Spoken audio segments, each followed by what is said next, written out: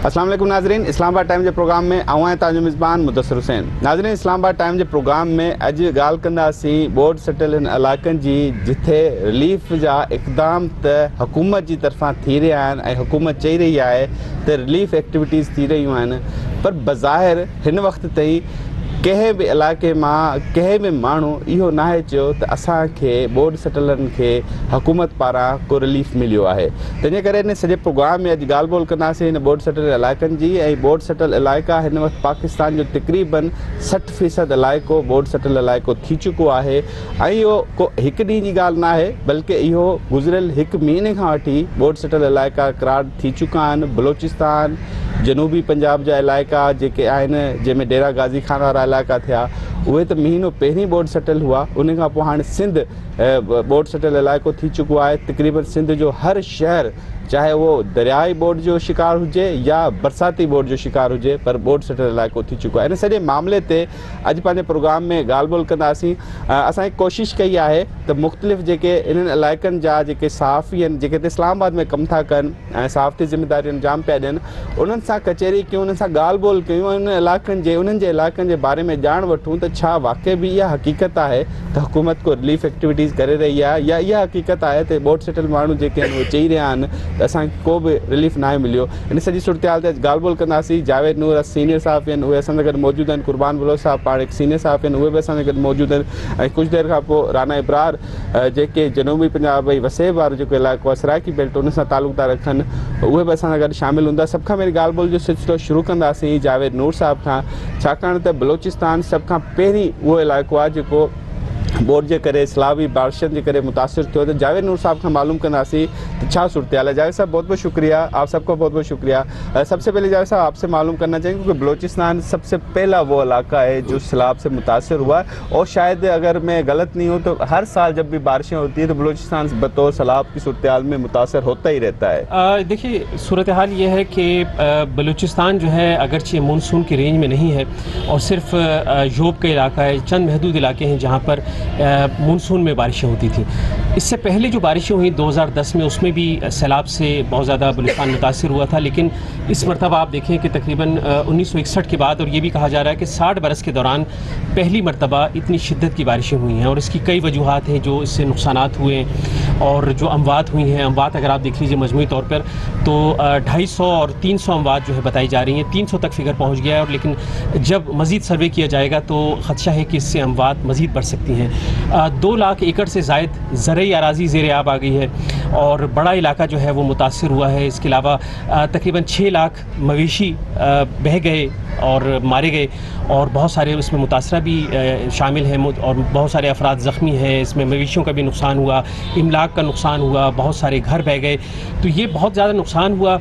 और इस मौके पर अगर आप देखें तो मजमूई तौर पर बलूचिस्तान में जो अज़ला की तादाद है 34 है, और जो शदीद मुतासरा अज़ला हैं वो 31 हैं। यानी 34 में से 31 अज़ला शदीद मुतासर हुए हैं, और वहाँ पर लाखों जो कच्चे घर थे वो बह गए हैं। मवासलात का निज़ाम दरम बरम है।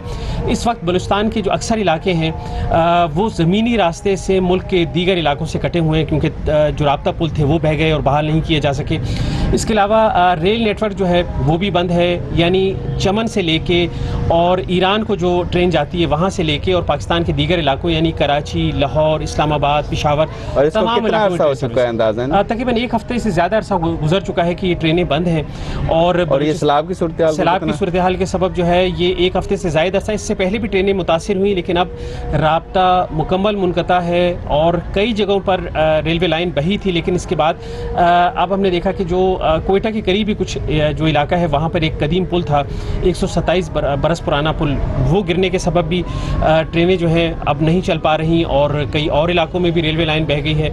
इसके अलावा गैस पाइपलाइन की पहले हम कहें तो 12 इंच की गैस पाइपलाइन जो है वो मुतासिर हुई थी, बह गई थी। अब बीबी नानी जो कोयटा के करीब एक मुकाम है मश के करीब, वहाँ पर भी अब 24 इंच की पाइपलाइन भी बह गई, जिसकी वजह से जो बलूचिस्तान के महदूद इलाकों को पहले भी सुई गैस मिल रही थी, सारे बलूचिस्तान में गैस नहीं थी, तो जो महदूद इलाकों में सुई गैस की सहूलत दस्तियाब थी अब जो है उससे भी बलूचिस्तान जो है महरूम हो गया है, वहाँ बिजली नहीं। अच्छा जावेद साहब, एक सवाल आपसे पूछना चाहेंगे कि 1 माह हो गया है तर्जुमान बलूचिस्तान हुकूमत फराज इमशा साहब इधर हर हफ्ते कोई ना कोई प्रेस कॉन्फ्रेंस भी कर रही होती हैं। मेरा एक आपसे सवाल है, बीइंग जर्नलिस्ट, आप भी जर्नलिस्ट हैं, हम भी जर्नलिस्ट हैं, हम एक न्यूट्रल वर्जन देंगे। क्या सूरत हाल ऐसी है कि वहाँ पे रिलीफ एक्टिविटीज़ जारी हैं? हुकूमत तो कह रही है हम बड़े पैमाने पर रिलीफ एक्टिविटीज़ करें, बज़ाहिर हकीकत है ये? इसमें भी आप कई चीज़ें देखें कि अगर हम ये कहें कि बारिशों से जो नुकसानात हुए हैं या सैलाब आया है, अभी फर्स्ट स्टेप तो उनको खाना पहुंचाना, टेंट देना, वो हुआ है। पहले तो देखिए ना, एक चीज़ है कि इतने नुकसानात क्यों हुए, उस पर अगर हम देखें तो बलूचिस्तान में 1 दर्जन से ज़ायद डैम जो है वो टूट गए, बह गए। अब इस पर तहकीक की ज़रूरत है कि डैम जो है वो इस मौके पर भरने थे, और ये पानी जो अब इस वक्त हमारे पास है ये हमने ज़राअत के लिए इस्तेमाल करना था, पीने के लिए, माल मवेशियों के लिए, इंसान इस पानी को पीते। लेकिन ये डैम जो है, यहाँ पे एक चीज़ पूछूंगा, डैम टूटते तब हैं जब ओवर हो जाए पानी ने, तो क्या वहाँ पे कोई चेक एंड बैलेंस नहीं था कि ये रेड लाइन पे आ गया तो अब इसको निकास कर दें? डैम जो है जहाँ पर ओवरफ्लो होते हैं तो जितना पानी आता है उतना ही पानी वहाँ से उसके निकास का इंतजाम किया जाता है। लेकिन ये डैम क्यों टूटे, तो इसकी एक वजह ये कि वहाँ पर इस हवाले से क्या निगरानी का अमल मौजूद था, क्या वो डैम इतने पायदार थे कि वो जो पानी उसमें भरा जाता तो वो उसे जो है, और ये डैम गवर्नमेंट की सरपरस्ती में बने थे, गवर्नमेंट की सरपरस्ती में है, डिले एक्शन डैम थे और बहुत सारे डैम है। तो डैम जो है उनमें पानी जमा होता रहा, और जब ये डैम टूटे तो एक शिद्दत के साथ पानी जो है, मतलब इस थ्योरी को हम एक्सेप्ट कर सकते हैं कि डैम कोई फायदेमंद नहीं होते हैं, ये नुकसानदेह भी होते हैं? डैम अच्छे होते हैं। डैम दुनिया भर में ये होता है कि डैम बनाए जाते हैं और जहाँ पर सैलाब आता है तो वो पानी जो है वो डैम संभाल लेते हैं। आप उस पानी से दोहरा फायदा लेते हैं। एक तो ये कि उस पानी से नुकसान नहीं होता क्योंकि उस पानी को संभाल लिया जाता है, और पानी देखें ना, एक इलाके का पानी दूसरे में, और नदी नालों का पानी जो है वो दरियाओं में शामिल होता है, और फिर दरिया जो है वसीतर और मुख्तलिफ इलाकों में सैलाबी कैफियत पैदा करते हैं। लेकिन अगर आप हर इलाके में डैम में वो पानी संभाल लेते हैं तो उससे नुकसान भी कम होते हैं, और ये पानी फिर आप जब आपको पानी की ज़रूरत होती है तो आप इस पानी को इस्तेमाल करते हैं। लेकिन यहाँ पर डैम कमज़ोर रहे। दूसरी बात ये कि बलूचिस्तान में आज सूरत हाल बहुत ख़राब है, और जिस तरह की इमदादी कार्रवाइयों की ज़रूरत है वैसी इमदादी कार्रवाइयाँ नहीं हो रही। और आज लोगों की पहले तो मदद की ज़रूरत है कि जहाँ लोग फंसे हैं उन्हें पानी में निकाला जा सके, फिर उन्हें खुराक दी जा सके, सर्च पाने के लिए उनके पास आसरा हो, और फिर बहाने के लिए इक़दामात हो। तो ये काम उस रफ्तार से नहीं हो रहे जैसे होने चाहिए।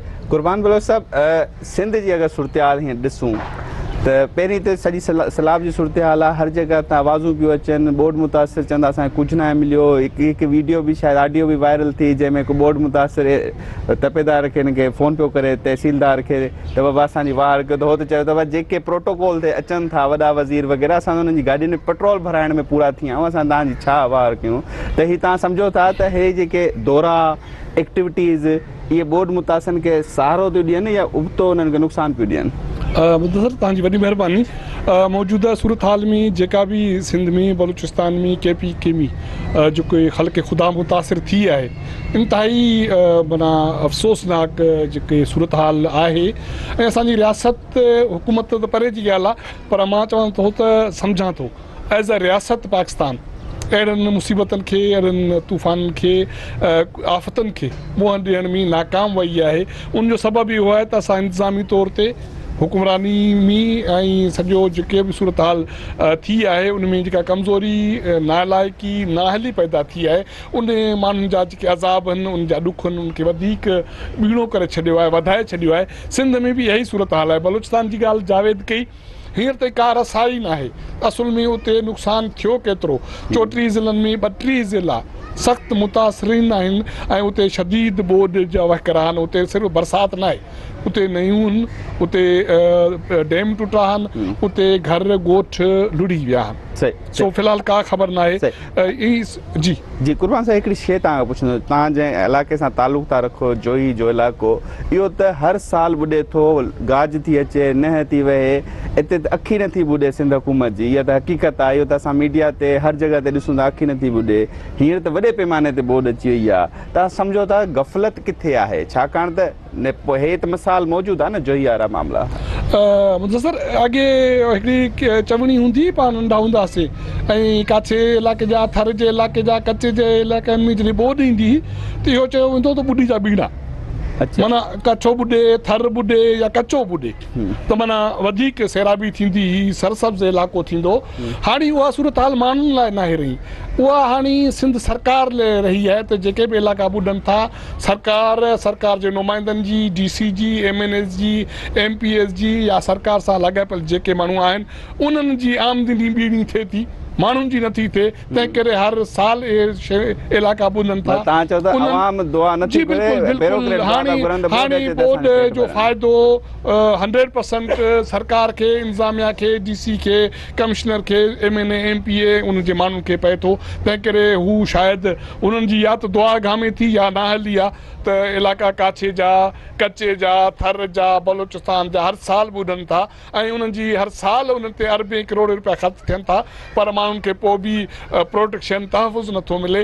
इन जो सबबु आहे त लूप होल छॾिया वञनि था, कमज़ोर प्रोजेक्ट्स, बिना प्लाननि जे प्रोजेक्ट्स तामीर कया वञनि था, ठाहिया वञनि था, जंहिंजो माण्हुनि खे फल नथो मिले ऐं उन्हनि जो फल अल्टीमेटली सरकार उन्हनि जे नुमाइंदनि खे मिले थो। इहो हिकिड़ो जेको बि शैतानी चरखो आहे उहो उनखे कमाई जो इन्हनि सिलसिलो ठाहे छॾियो आहे, उन जी कमाई हू खाइनि था ऐं आम जेका ख़ल्क़ ख़ुदा आहे उहा भोॻे थी। इहा बदकिस्मती आहे असांजी। ठीकु आहे कुरबान साहिब, ॻाल्हि ॿोल जे सिलसिले खे जारी रखंदा आहियूं। ब्रेक था वठूं, ब्रेक खां ॿाहिरि अचंदा आहियूं। नाज़रीन वठंदा ब्रेक ऐं ब्रेक खां ॿाहिरि थींदासीं।